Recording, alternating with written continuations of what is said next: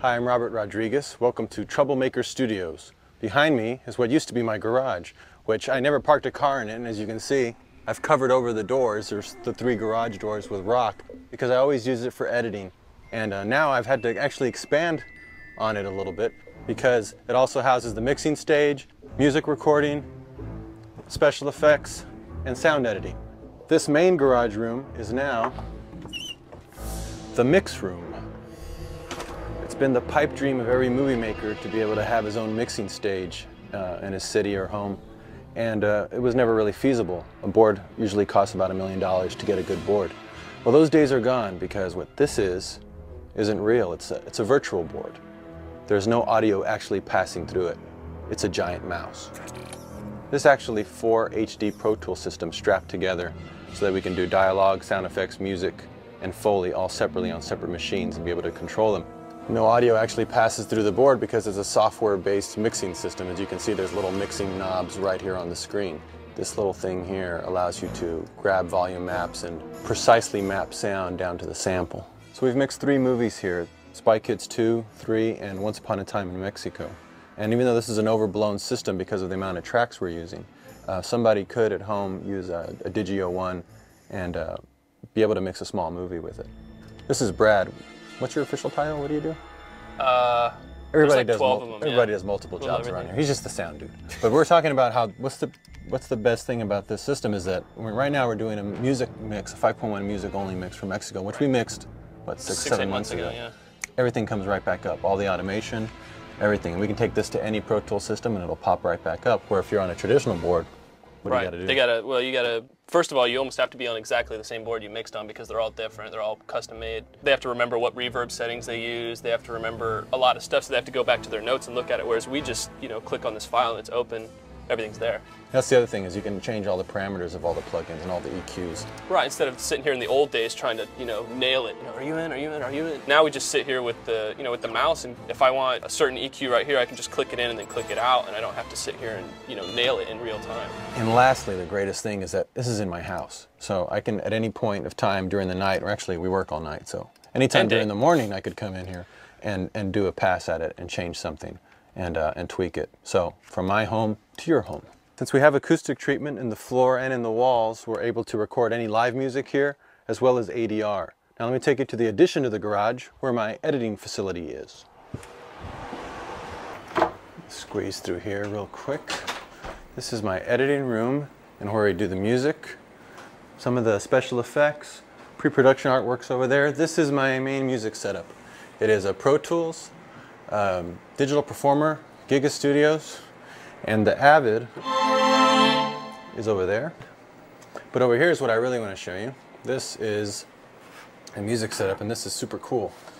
This here is Digital Performer. I'm running it through Pro Tools, and you can have tons of different sounds because it's coming off the Giga Studio.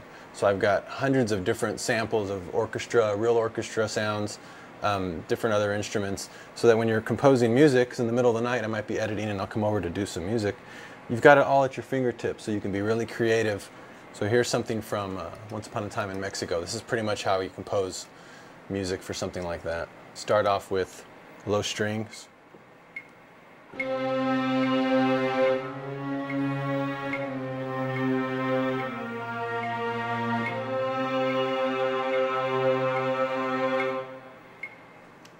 Now you just layer it. So you just go on over, click on another instrument, so let's say maybe some cymbal effects.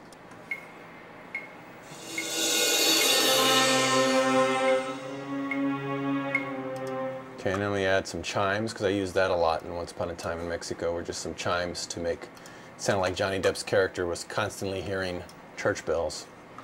What's cool about doing music like this is, since you know your movie so well, you can kind of go by feeling more than...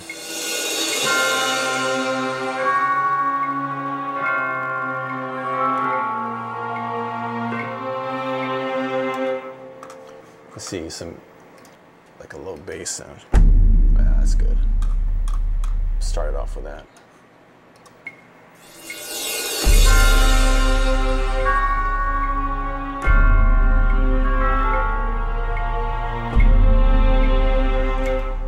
Now I have this little motif with a trumpet going, so drop that in. just want you to see how quick this can be, because you move at the speed of thought. That's why I want to show you all this technology, is because it allows you to move at the speed of thought. So before you've even figured out what it is you want to do, you've already done it. And that gets you right at that sort of creative essence and that creative spark and impulse.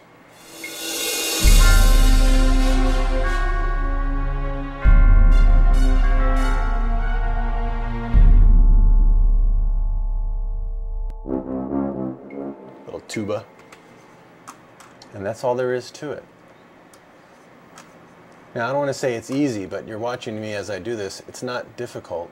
What happens is it allows anyone to be able to make music, because I think everyone has music inside of them, and technology really frees you to be able to create your own music if you want.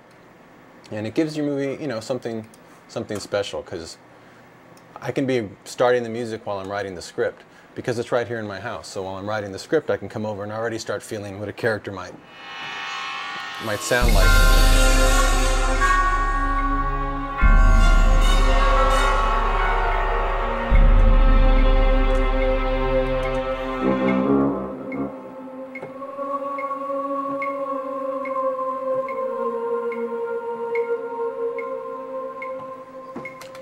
Now, the coolest thing is, since I don't really know how to transcribe this into musical notes, just click on a button and it shows you your sheet music. It makes sheet music out for you. If I want to add a guitar to something, what's cool is you can just plug your guitar right into your system and it's just going directly inside.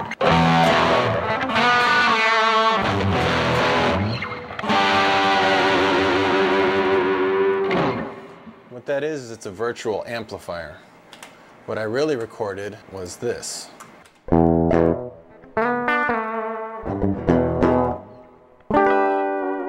Because I'm just plugged directly into the system, but at any point in time I can put up a virtual amp. I have a setting called Desperado where I just have a...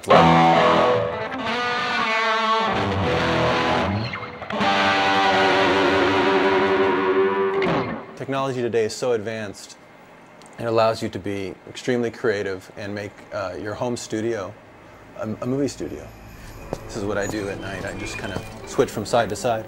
This is just an Avid, and I like to edit at night, do all this work at night, because no one calls, you can't distract anyone, no one can distract you, and you get so much work done. You know, 3 in the morning, you're still editing a scene, you have an idea for music, you shoot back over here, do some music, fly back over here, everything's connected. This is connected to the mix stage. It's also connected to some other Avids upstairs in the attic, which I'll show you. But mainly what I want to show you now is, because this is just editing, I want to show you how we do special effects from this same room. This over here is my main connection with different effects houses. We have one in town, which actually I'm going to show you the studios in a second. We have some stages over there with the effects guys. And then we also communicate with Canada, a company I use up there called Hybrid. And I can do it all from sitting here. For instance, I just have to call up a shot. Here's one we're working on for a menu. Call the guys in town. Hello, Eric. Let's take a look at this shot. Actually, I wanted to point out one thing on here. Right here where the lettering is off to the side to make room for that icon. Let's go ahead and justify it over to the left, cut out that space, and same with the other side. Right there. You can actually see what I'm looking at right now, real time. We're looking at this QuickTime. Let me move it over here so you can see it. And if I point out information, he's watching it at the same time I'm watching it. Communicate with Canada, communicate with in town. And it's like having an effects meeting every day. I'll talk to you later, Eric. This is what makes it easier for us to do a movie in such a short amount of time. There's no loss in communication. I don't have an effects supervisor. I can talk directly with the houses and with the artists themselves, and that just cuts down on so much miscommunication, so much lost time, and that's how we're able to make movies that have a lot of effects for very little money, very quickly. For instance, I think Spy Kids 3, we started that at the end of January of 2003, and it came out 6 months later. This is the extended part of the extended garage. Over here are the movie posters from the different movies. Family movies on one side, non-family movies on the other. This is our workout station so we can keep in shape while we eat our donuts. And editing assistant is upstairs in the attic, along with an extra Avid and an extra Pro Tools. A couple of extra people up here. Chris editing over on an extra Pro Tools station, sound effects, Foley and such. And over here is an editing assistant station. An Avid comes with an assistant named Jay.